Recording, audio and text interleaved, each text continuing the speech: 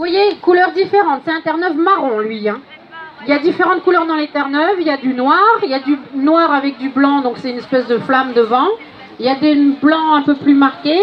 Il y a du blanc moucheté jusque sur les pattes. Si vous allez par là-bas, vous avez Cassiopée, notre vieille chienne qui, elle, va pas à l'eau. Elle est comme ça avec du blanc sur les pattes. Et puis, il y a aussi des marrons et des gris. Donc là, l'exercice, on va avoir une personne qui va tomber du bateau. Je dis, on a des plongeurs maladroits. Hein. Soit ils savent pas nager, soit ils tombent à l'eau. Et donc, on va envoyer notre sauveteur avec son chien pour récupérer le plongeur. Donc, on les laisse approcher tout doucement. Donc, Jackson, lui, il va avoir 3 ans. Il a eu 3 ans au mois de mai. Et il fait 60 kilos. Allez, alors vous allez voir le saut de Jackson. Vous avez vu, hein, c'est superbe. Hein. Lui, quand il va à l'eau, il y va. Hein. C'est vraiment bien. Et il nage quand même bien vite. Donc, il faut partir assez vite. Plus vite. Oui, il marche sur l'eau presque. Donc, en fait, le Terre-Neuve n'est pas... le chien, c'est pas lui qui va chercher la personne. C'est le sauveteur. Il récupère la victime, il la sécurise. Et le chien doit faire le tour du bloc. Et le sauveteur s'accroche au chien et c'est le chien qui ramène. Le chien se sert de moteur pour ramener la victime et le sauveteur à la berge. Dans les pays où les chiens de Terre-Neuve sont reconnus comme chiens de sauvetage, un peu comme en France les chiens d'avalanche, les chiens de recherche, etc.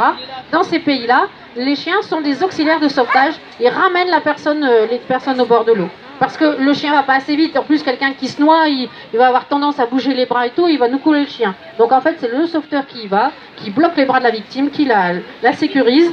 Et donc le chien après peut ramener, comme ça, le sauveteur peut ne s'occuper que de sa victime. Et le chien, lui, est le moteur qui ramène tout le monde.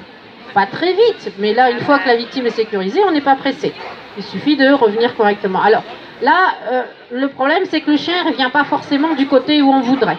On a mis un tapis rouge, mais non, il faut qu'il aille de l'autre côté.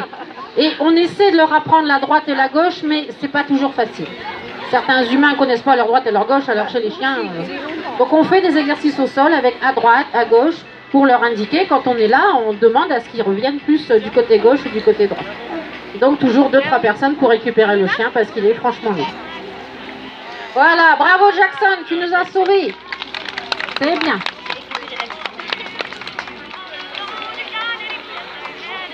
Alors, exercice suivant, on va utiliser la planche. Alors, il y a certains chiens, là Jackson, on lui dirait retourne à l'eau, il irait sans problème. Mais on va faire une démonstration avec tous les chiens. Là, on va utiliser 2 chiennes. On va d'abord demander à NJ de récupérer la planche. Donc, on va envoyer NJ.